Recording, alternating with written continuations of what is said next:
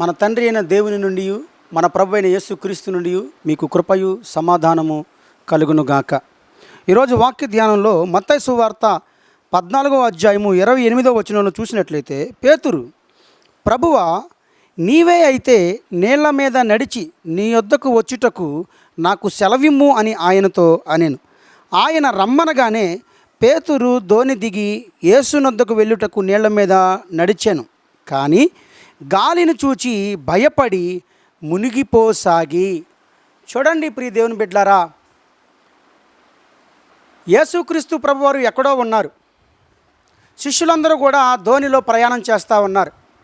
వారు ప్రయాణం చేస్తున్నప్పుడు అకస్మాత్తుగా వారికి సముద్రం మీద గాలి తుఫాను రేగినప్పుడు సముద్రములో వచ్చినటువంటి పెను మార్పుల వలన ధోని మునిగిపోసాగిన. అప్పుడు శిష్యులందరూ కూడా ఆందోళనతో, ప్రాణ భయంతో చాలా భయపడిపోతూ ఉన్నారు. ఆ టైంలో ప్రభు అయిన యేసుక్రీస్తు నా బిడ్డలు, నా శిష్యులు ఆపదలో ఉన్నారని చెప్పి హుటాహుటిన నీళ్ళ మీద నడిచి వచ్చేసాడు ఆయన.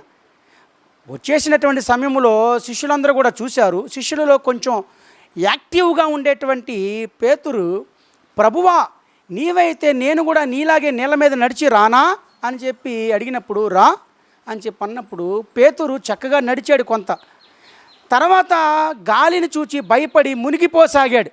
ఈ విషయంలో నేను కొంచెం గమనించి చూస్తే ప్రియులారా, శిష్యులందరూ కూడా చూస్తూనే ఉన్నారు.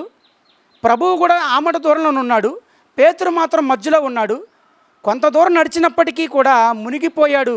మునిగిపోతున్నటువంటి ఈ సమయంలో శిష్యులందరూ కూడా చూస్తూ ఉండిపోయారు. ప్రియులారా, నాకు ఆలోచన వేసింది, ఒక ఆలోచన. అప్పుడు దాకా కలిసి తిరిగిన వాళ్ళే కదా, అప్పుడు దాకా కలిసిమెలిసి ఆహారం తిన్నారు, సువార్త ప్రకటించారు.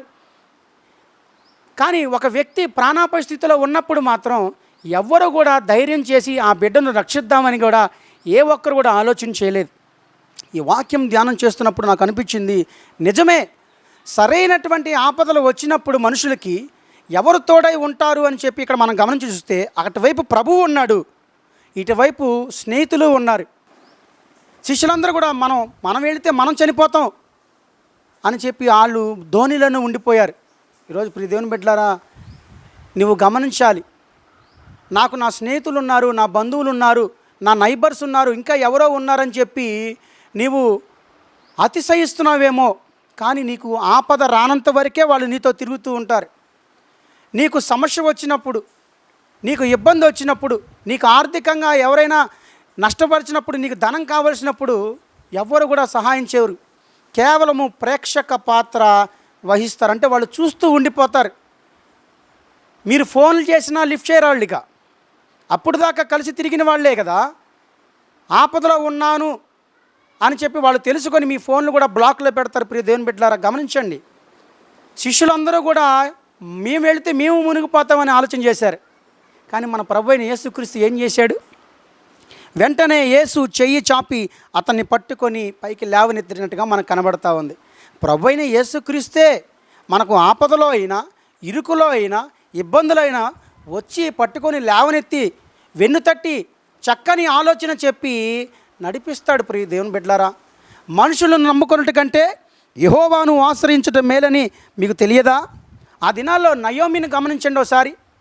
నయోమి అన్నీ కూడా పోగొట్టుకొని పట్టణానికి వచ్చింది, సొంత పట్టణానికి. ఆ సొంత పట్టణంలో ఆమెకు సమీప బంధువుడు ఉన్నాడు.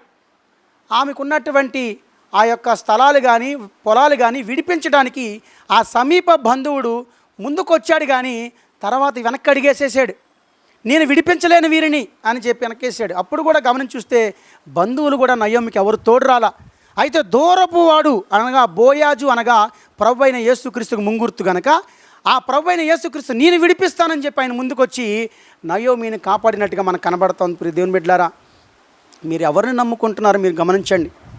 యేసుక్రీస్తు ప్రభు తప్ప మీకు ఎవరు కూడా అక్కరకు రారని నేను కూడా ప్రాక్టికల్గా నేను తెలుసుకున్నాను, ఎక్స్పీరియన్స్ చేశాను. కాబట్టి నేను తెలుసుకున్నది నేను మీ అందరికీ కూడా తెలియజేస్తూ ఉన్నాను. కాబట్టి మనందరం కూడా గమనించండి. ఆ రోజుల్లో తప్పిపోయినటువంటి కుమారుడు గురించి కూడా విషయంలో మీరు ఆలోచన చేసి చూస్తే, ఆ కుమారుడు ఆస్తిని తీసుకుని వెళ్ళిపోయాడు. ఆస్తిని ఎప్పుడైతే తీసుకుని వెళ్ళిపోయాడో చక్కని స్నేహితులందరూ కూడా తయారైపోయారు ఆ కుర్రాడు అంట. తయారైపోయిన తర్వాత వాళ్ళందరూ కూడా తిని త్రాగి సంతోషించారు. తర్వాత ఆస్తి మొత్తం కూడా పోయింది. ఆ తర్వాత స్నేహితులందరూ కూడా విడిచిపెట్టి వెళ్ళిపోయారు ఆయన్ని. అప్పుడు అతనికి తినడానికి ఆహారం లేదు. స్నేహితులకు ఫోన్ చేస్తే స్నేహితులు ఫోన్ లిఫ్ట్ చేయరు. ఆ కుమారుడు ఏం చేశాడో తెలుసా? చివరికి పందులు తినేటువంటి ఆహారం కొరకు ఆశపడ్డాడు. ప్రియ దేవుని బిడ్డలారా, అయితే ఎట్టకేలకు ఒక ఆలోచన చేశాడు ఆయన. నా తండ్రి యొద్ద కూలి వారికి అన్నం దొరుకుతుంది, నేను ఆయన యొద్దకు వెళ్ళి క్షమించమని అడుగుతాను, ఆయన నన్ను క్షమిస్తాడు. అయ్యా, ఇక మీదట నీ కుమారుని అనిపించడం యోగ్యుడిని కాను, నీ పనివారిలో కూలివానిగా నన్ను ఒకరిగా పెట్టుకో, నాకు అన్నం పెట్టు అంటే ప్రభు అయిన దేవుడికి సూచన. వాళ్ళ తండ్రి ఏమన్నాడు?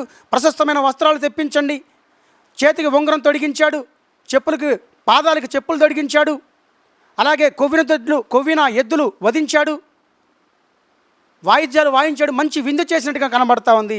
ప్రభు అయిన యేసుక్రీస్తు కూడా మనం వెళితే కనుక ఆయన ఖచ్చితంగా మనల్ని క్షమించడానికి సిద్ధంగా ఉన్నాడు. ప్రియ దేవుని బిడ్డలారా, ఆయన ఒక్కడే మనల్ని ఆపదలు ఆదుకునేవాడని మీరు గమనించాలి. ఈ వాక్యాలన్నింటిలో కూడా మీరు గమనిస్తున్నారు. మీరందరూ కూడా యేసు ప్రభువే చివరి దినాల్లో మనల్ని కాపాడేవాడు, ఈ బంధువులు కాదు, ఈ స్నేహితులు కాదని మీరు గమనించి ఈ దినమున మీరు ఈ వాక్యాన్ని విని యేసు ప్రభునందు విశ్వాసం ఉంచి మనుషులను ఆశ్రయించబాకు, దేవుని ఆశ్రయించమని నేను దేవుని సేవకునిగా ఈ మాటలు మీకు తెలియజేస్తూ ఉన్నాను. కాబట్టి ప్రియ దేవుని బిడ్డలారా, ఈ వాక్యం వింటున్నటువంటి నీవు ఇప్పటి వరకు స్నేహితుల మీద బంధువులు ఉన్నారు, వాళ్ళు ఉన్నారు అనుకున్నావేమో. ఇప్పుడు మాత్రం యేసు ప్రభు మీద నీ గురిపెట్టు, నీ లక్ష్యము యేసు ప్రభు మీద పెట్టు. అప్పుడు నీ స్థితిగతులు మారుతాయి, నీ ఆర్థిక పరిస్థితులు మారుతాయి, నువ్వు చక్కగా నిలబడతావు. కాబట్టి నీవు ఈ వాక్యం విన్నట్లయితే కనుక తలలో ఉంచినట్లయితే నీ కొరకు నేను ప్రార్థన చేస్తాను.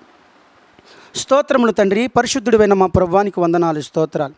నీ ఘనమైన నామమునకు మహిమయు ఘనతయు ప్రభావం కలుగునుగాక. నాయనా, ఆపద వచ్చినప్పుడు మాకు ఎవరో వస్తారులే అనుకున్నామయ్యా, కానీ ఎవరూ రాలేదు. కానీ యేసుక్రీస్తు ప్రభువా నీవే వచ్చావు. సమీప బంధువుడిగా బోయాజుగా నీవు వచ్చావు, తప్పిపోయిన కుమారుడికి తండ్రిగా నీవు వచ్చావని ఈ 3 వచనాల ద్వారా మేము జ్ఞాపకం చేసుకున్నాం. కాబట్టి మాకు ఫైనల్గా ఎవరయ్యా చివరి మట్టుకు ఉండేది అని అంటే ప్రభు అయిన యేసుక్రీస్తు అని మేము తెలుసుకున్నాం. కాబట్టి దేవా, విత్తబడిన వాక్యాన్ని అందరి హృదయాలు భద్రపరిచి వారందరి హృదయంలో కర్ర చేసి నీ తట్టు గురిపెట్టేవారిగా దీవించి మనం ప్రార్థన చేస్తూ ఉన్నాను. అలాగే ఎంతమంది అనారోగ్యంతో బాధపడుతున్నారో వాళ్ళందరి అనారోగ్యాన్ని స్వస్థపరిచిన ఆయన, అలాగే ఎంతమంది అయితే ఉద్యోగాల కొరకు ఎదురు చూస్తున్నారో వాళ్ళందరికీ కూడా ఉద్యోగాలు దయచేయండి ఆయన. అలాగే ఎంతమంది అయితే వ్యాపారాలు చక్కగా సాగక ఎలాగో ఉండిపోతున్నారో వాళ్ళందరినీ కూడా ఆశీర్వదించమని ప్రార్థన చేస్తూ ఉన్నానయ్యా. అలాగే బిడ్డలు లేని వారి కొరకు ప్రార్థన చేస్తున్నాను, బిడ్డల చదువుల కొరకు ప్రార్థన చేస్తున్నాను. అలాగే ఈ దినము ప్రయాణములో అన్ని విషయాల్లో వారు చేస్తున్న పనుల్లోనూ ప్రయాణాల్లోనూ అన్ని విషయంలోనూ కూడా వారు తోడే నడిపించి, వారు వెళుతున్నటువంటి ప్రతి మార్గంలో నీవు ఉండి తోడే నడిపించి వారు చేస్తున్న పనంతట్లో కూడా విజయాన్ని అనుగ్రహించమని నీ సేవకునిగా మా తండ్రి అయిన దేవునికి మా ప్రభు అయిన యేసుక్రీస్తు నామమున ప్రార్థించి వేడుకుంటున్నాము తండ్రి. God bless you, God bless to all. షాሎም టు ఆల్.